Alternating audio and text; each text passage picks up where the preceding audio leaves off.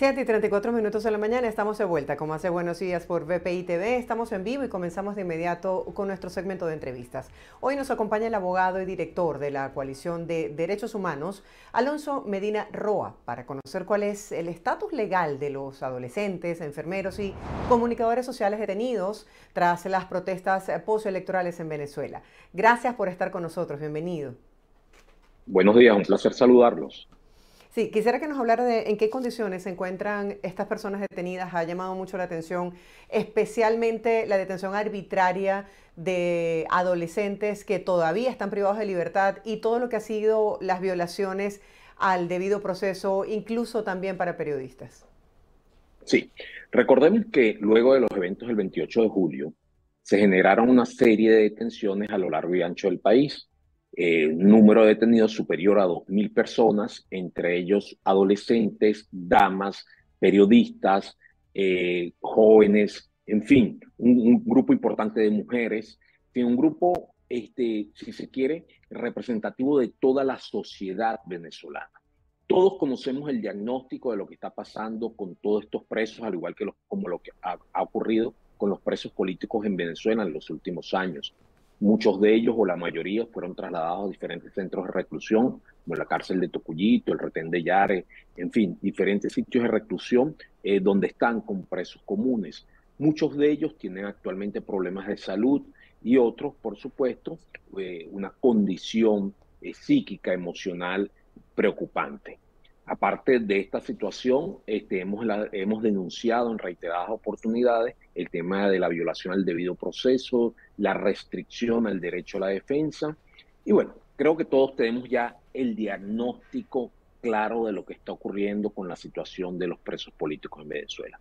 Ahora, desde la coalición, creo que hemos propuesto hacer algo más, poner sobre la mesa otra idea que de una u otra manera eh, procure generar alguna solución a lo que estamos viviendo.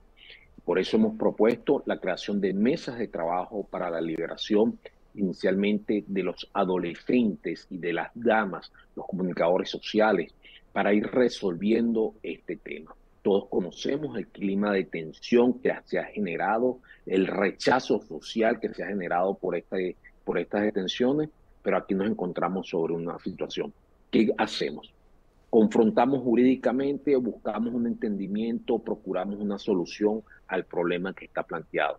Creo que sobre esto y en esta onda que ha referido el gobierno en los últimos días de diálogo, de entendimiento en temas electorales, creo que también es oportuno incorporar en esa mesa el tema de los privados de libertad por razones políticas. Ahora, ¿cómo funcionaría específicamente estas mesas de trabajo? Porque si no se les ha permitido a los familiares poder ver a sus seres queridos que están en este momento privados de libertad, se les ha prohibido también el derecho a la defensa privada. Entonces, ¿de qué manera se pudiese buscar una mediación que les permita beneficiarse con este asesoramiento legal?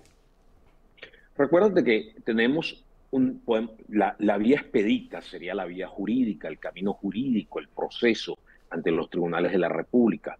Sin embargo, creo que debemos agotar también la vía del entendimiento, la vía política para llegar a un acuerdo sobre esto. Y más en estos momentos, cuando hemos visto en los últimos días un llamado a diálogo, unas mesas de trabajo que se han conformado en la Asamblea Nacional para tratar temas electorales. Yo creo que el tema fundamental, la conflictividad política social venezolana no se resuelve única y exclusivamente atendiendo el tema electoral. Hay que atender los temas sociales, hay que atender los temas de los presos políticos. Y tenemos que darle prioridad y por lo menos además tenemos que ocuparnos de este tema. Creo que es un momento importante, es un momento donde se debe poner una balanza que se quiere para la sociedad venezolana. Mayor confrontación o un entendimiento, un diálogo que nos permita avanzar como sociedad. Abogado, hemos visto declaraciones y denuncias de algunos familiares que señalan que particularmente sus hijos adolescentes han sido víctimas de agresiones físicas y mentales. Quisiera que, psicológicas en específico, que nos profundizara sobre esto. ¿Cuántos adolescentes se encuentran en este momento presos y si tiene información de en qué condiciones están? Mira, el caso de los adolescentes es muy particular, ¿ok? Tenemos más de una decena de adolescentes privados de libertad en diferentes sitios de reclusión, en La Guaira, en Puerto Ordaz, en el área metropolitana, Carabobo, en una situación realmente dramática. ¿ok? Evidentemente el tema de la tortura, el tema de los tratos crueles a nuestros privados de libertad se ha convertido en un factor común en los últimos años. Y lo más preocupante, como siempre referimos desde la Coalición por los Derechos Humanos y la Democracia, es que hay un silencio cómplice por parte de las autoridades. No hemos visto un pronunciamiento efectivo por parte del Ministerio Público o de la Defensoría del Pueblo. Es decir, se ha generado como una costumbre, una tolerancia al tema de la tortura y los tratos crueles hacia los privados de libertad, por supuesto hacia los adolescentes seguramente también. Ahora, insisto en algo. ¿Qué queremos hacer? Aquí se están generando unas lesiones, unas heridas sociales muy profundas, muy graves, muy complejas desde el punto de vista social, con todo el tema de los privados de libertad en ocasión a los eventos post-28 de julio. Aquí se está generando una migración, una nueva ola migratoria.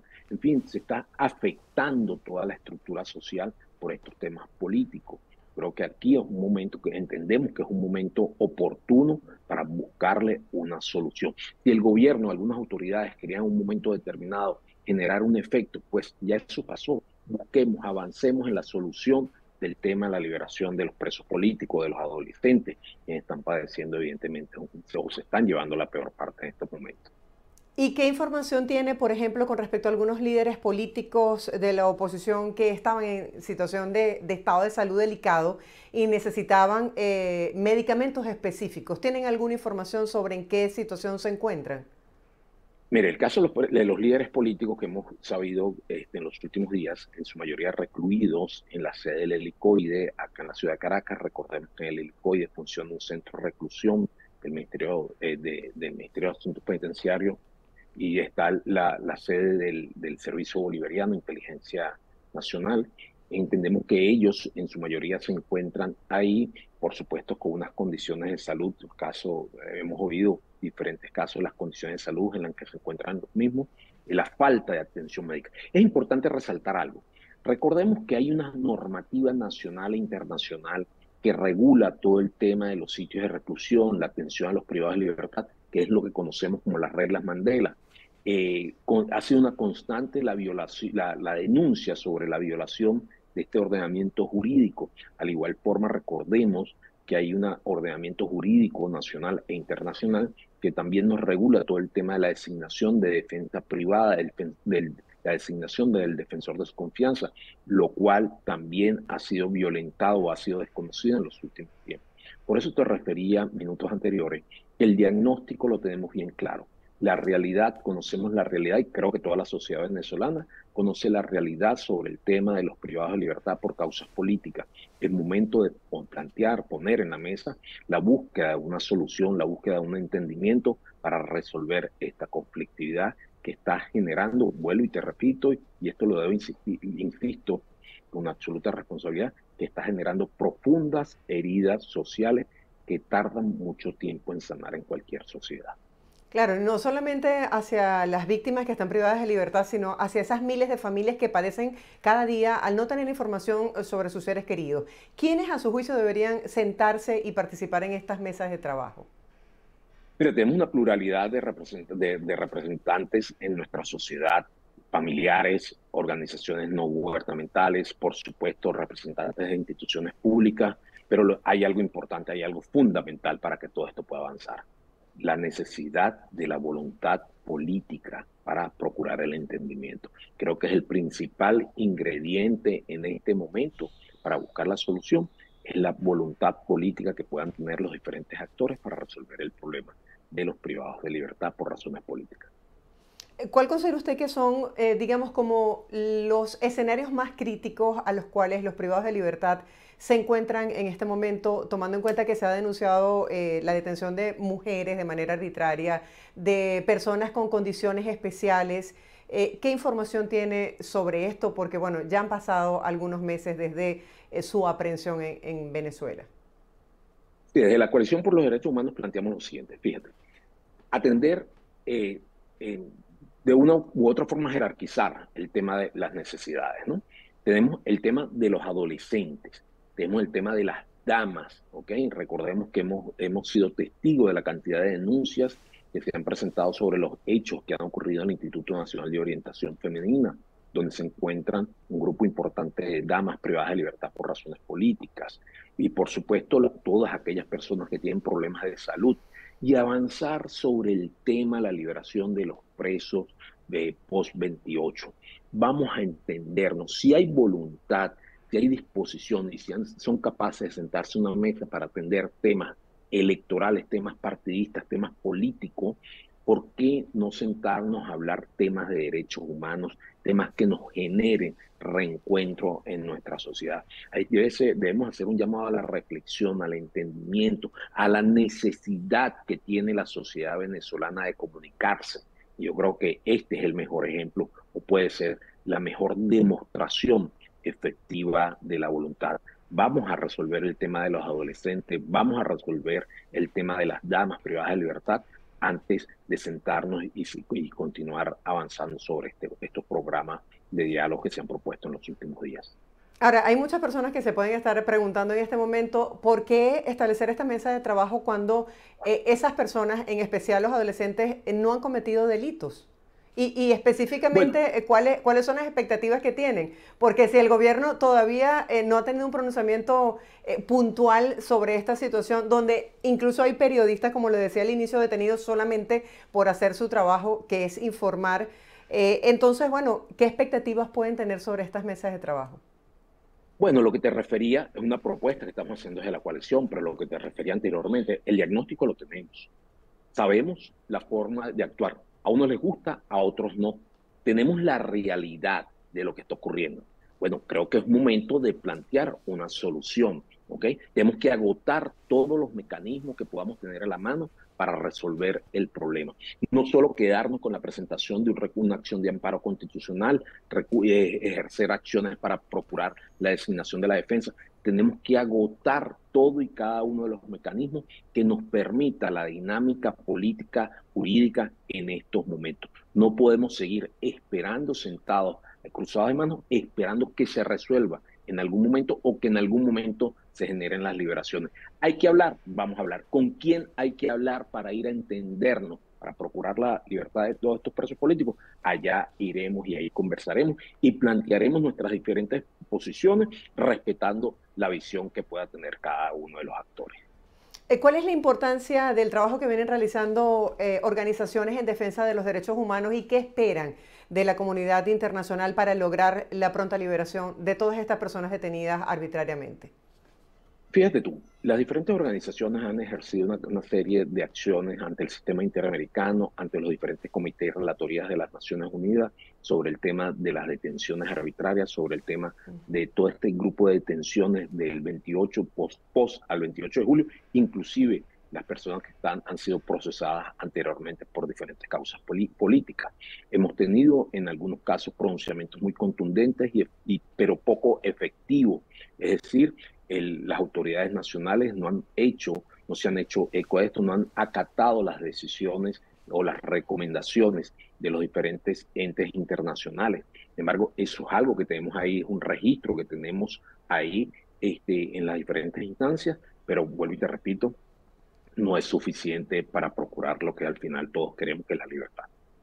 Sí, abogado, supongo que han tenido conversaciones con los familiares de las personas detenidas. ¿Cuál de esos testimonios considera que vale la pena compartir? Porque hay muchos que por, digamos, su visibilidad de líderes políticos, periodistas, han sido difundidos, pero también hay miles de testimonios de personas anónimas que de pronto no trascienden. ¿Cuál de esos usted quisiera compartir el día de hoy? Mira, son desgarradores.